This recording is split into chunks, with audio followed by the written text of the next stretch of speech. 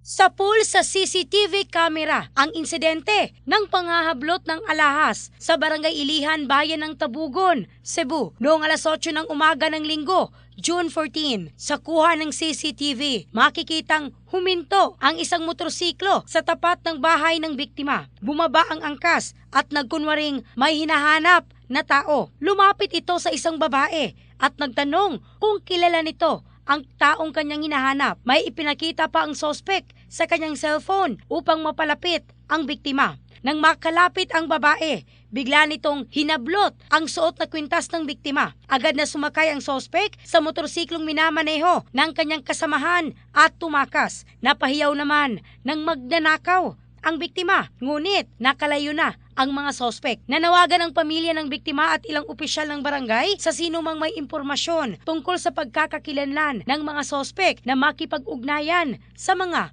otoridad. In the heart of changing lives, ako si Michelle Craste ng Brigada News Philippines, the Music and News Authority.